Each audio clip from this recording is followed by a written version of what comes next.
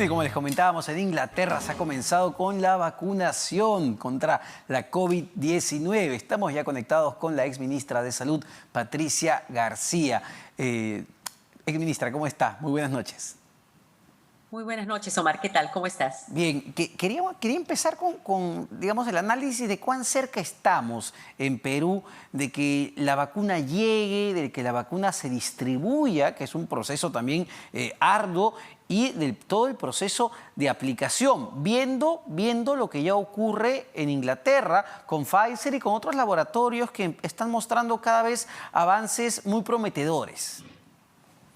Bueno, Pfizer es la primera vacuna que finalmente ya acabó sus ensayos de fase 3. Son 43,000 personas, voluntarios, que han participado en esos ensayos y con resultados bastante importantes y, digamos, tranquilizadores, ¿no? Con un 92% de eficacia y una vacuna que luce bastante segura. Entonces, obviamente el Reino Unido ya tenía algunos arreglos con ellos y muy rápidamente han hecho el proceso de aprobaciones y finalmente, como lo prometieron, comenzaron el día de hoy. El día de hoy le han llamado el día B, ¿no? El día de la victoria y de la vacuna.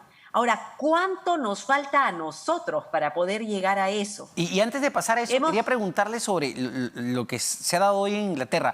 ¿Esto es un proceso, hoy han empezado con un proceso experimental de prueba o ya estamos hablando de una producción, distribución y aplicación masiva? Ya se ha comenzado. En Inglaterra, este día B justamente, esta sería ya ha sido una mujer de 90 años, sí, la primera mujer vacunada de población general, lo que podrías llamar tú ya el inicio de la vacunación masiva de la población, ¿ok? Sin embargo, como se ha planteado en todos los países, las vacunaciones se están organizando por fases, digamos, por poblaciones a las que van a llegar. Entonces, la primera población que se ha decidido que debe ser vacunada en Inglaterra son adultos mayores de 80 años, independientes y que viven en estas residencias de adultos, que son más que solamente asilos, ¿no? Porque muchos de ellos son independientes. Sí, y sí. el personal que trabaja en estos asilos y personal de salud. Entonces, esa primera etapa es la que ellos están comenzando. Después, de acuerdo a la disponibilidad de la vacuna, se irá viendo cómo se va avanzando en otras poblaciones. Y entonces, a partir de eso, entendiendo que ya ellos han comenzado con esta vacunación masiva por fases, nosotros, ¿cuán lejos estamos de eso y de qué factores dependemos para que eso se dé en el Perú? Bueno, acá hay un problema que es un problema logístico que tenemos que tenerlo clarísimo, ¿no? Mientras que en Inglaterra, digamos, en la gran mayoría, existen lugares en los que va a ser más complicado, pero la gran mayoría de Inglaterra, igual va a pasar en Estados Unidos, existen las condiciones para poder mantener esta vacuna como se requiere. La vacuna de Pfizer es una vacuna que ha demostrado, como lo dije, muy buena efectividad, pero el grave problema es que tiene que mantenerse no en refrigeración, sino hay otros que le llaman la vacuna antártica, ahora le están llamando, ¿no? Porque se requiere mantenerla y almacenarla a menos 70 grados. Esos son ultra freezers. Ultra freezers que además requieren estabilidad de electricidad y requieren, en el momento que los vas a llevar a un establecimiento, también condiciones especiales de transporte. ¿Tenemos eso? ¿Tenemos eso en Perú? No tenemos eso. No tenemos eso. Definitivamente no lo tenemos. Entonces, y ahí viene mi gran preocupación. Esta es la primera vacuna y una crítica a esta vacuna ha sido que esta vacuna para efectos prácticos, esa no va a poder responder a las necesidades que se tienen en todo el mundo por estas condiciones tan estrictas para su almacenamiento de estos ultra freezers. Pfizer lo que prometió es que iba a ver si es que primero habían algunas condiciones, si esto se podía probablemente no mantener a menos 70 o a menos 20, solamente a menos 20, pero así todo, todavía los estudios esos no están, y aparentemente en eso no ha avanzado. La otra cosa que prometió es que iba a acompañar las vacunas con ultra freezers, pero eso les aumenta el costo. Entonces, incluso en Estados Unidos hay toda una discusión que hay zonas rurales en las cuales esta vacuna no va a poder llegar. Entonces, si hablamos aquí en el país, ya hemos escuchado a la ministra decirnos que, y al presidente también, que las primeras 50.000 vacunas que servirían para 25.000 personas estarían llegando probablemente en el mes de diciembre, según se nos ha dicho, o sea, Sí, ya sí. debería estar acá, esperemos, y que aparentemente iban a venir con algunos ultrafreezers, pero eso solamente se va a poder utilizar en zonas en las cuales podamos asegurar estabilidad y podemos asegurar estabilidad de corriente y podamos asegurar que se mantengan esas condiciones de cadena de frío. Y eso es básicamente Lima y en algunos distritos. Entonces, la gran limitante con esta vacuna es que no va a resolver el problema para todo el mundo. Ahora, Sin embargo, existen varias otras vacunas que están acercándose a tener los resultados finales. ese punto es La clave. de AstraZeneca, por ejemplo. Exacto, ¿qué otros laboratorios están, digamos, más cerca y serían más convenientes para nuestra realidad? Bueno, uno de ellos, por ejemplo, es AstraZeneca. ¿Ok? Sin embargo, ahorita a AstraZeneca le falta todavía terminar algunos de los análisis de los estudios. Los costos de la vacuna son menores.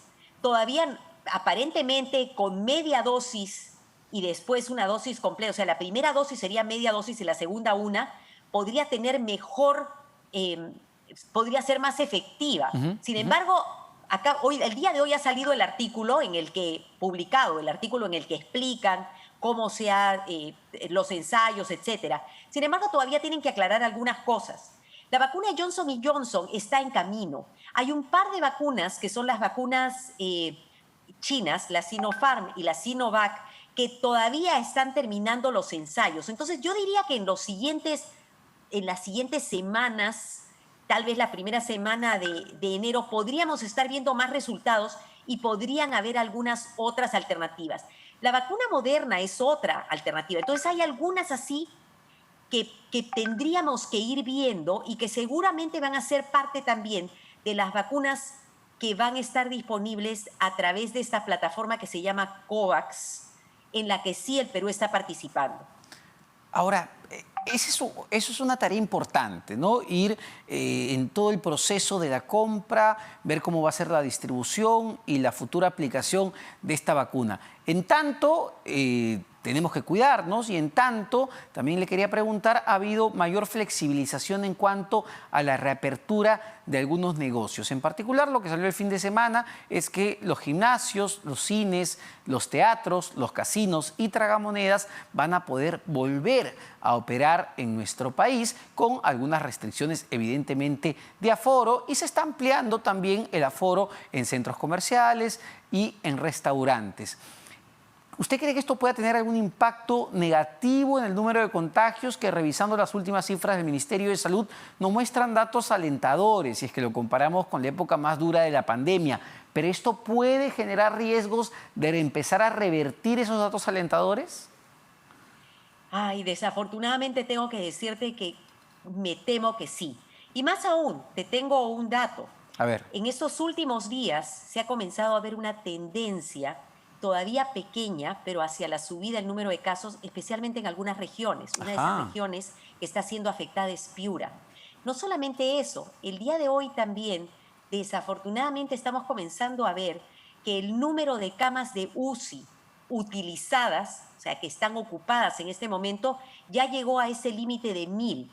Nos mantuvimos como en 800 o un poco menos por bastante tiempo y ahora ya tenemos alrededor de 1,000 camas ocupadas en UCI. Entonces, para mí esos son números preocupantes que vamos a tener que monitorizar y esos podrían ser el resultado de lo que hemos estado viendo en estos últimos días. No solamente el tema de las protestas en las que, si bien es cierto, la gente usaba mascarilla, no siempre se mantuvo el distanciamiento social, sino también lo que estamos viendo por el tema de las fiestas, que la gente se está lanzando a comprar, hemos visto en Mesa Redonda y en otros lugares. Si a eso le sumas, o sea, las fiestas en las que de todas maneras la gente sale, comienzas a hablar de abrir ciertos establecimientos cuando la gente realmente está cansada y está comenzando a sufrir realmente de esta situación de tanto tiempo de haber estado encerrado y un agotamiento pandémico, básicamente, a mí realmente me preocupa que podamos comenzar a ver de manera más sostenida la subida. Y por eso, aprovechando, si bien es cierto, la noticia de que ya se comienza a vacunar es positiva, eso nos debería llevar a pensar que entonces falta poco. Hay una luz al final del túnel.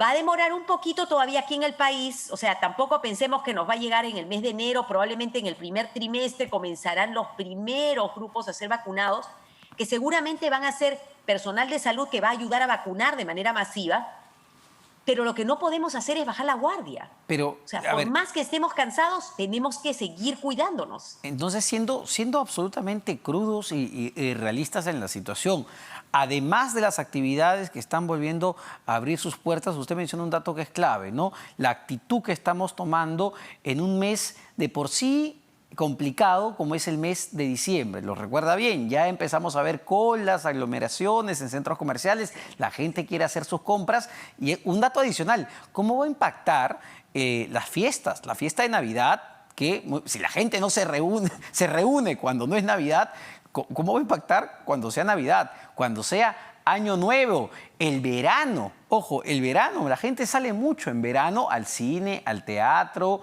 se van a poder volver a los conciertos. Sí, y mira, y te digo, creo sinceramente, y mis críticas siempre son críticas constructivas, y las estoy basando en evidencia además. Creo que no ha sido una buena movida por parte del gobierno hacer esta fase 4 apertura en el mismo mes en el que además tenemos las fiestas. ¿Por qué razón? Porque estamos lanzando un mensaje incorrecto. Por un lado le vas a decir a la gente, no se reúnan en el trabajo, no te reúnas para celebrar la Navidad, porque tenemos que decírselo, porque puede ser ese el momento de mayor transmisión familiar y eso ha pasado en todas partes del mundo. Sí, claro. Pero por otro lado estamos diciendo, aumenta los aforos en los centros, en los centros comerciales, abramos los bingos, abramos los gimnasios. O sea, creo que esto no tiene mucho sentido. Y perfecto. Es una lástima. Lo que yo quisiera hacer es un llamado a la gente para que lo entienda y más bien, entendiendo que ese es un sinsentido, que la gente de manera consciente y de manera racional evite por lo menos de todas maneras esas actividades que pudieran aumentar sus riesgos y que pensemos que esta es una Navidad, pero perfecto. Quisiéramos tener muchas más Navidades. Muchísimas gracias, señora Patricia García. Se nos ha acabado el tiempo, lamentablemente. La exministra de Salud, Patricia García, con las recomendaciones del caso. Cuidémonos, señores, porque como bien lo dice, las cifras están en aumento. Se nos fue volando el tiempo. No se vayan, no se despeguen de la programación de RPP. Ya viene Tatiana Alemán con las claves del día.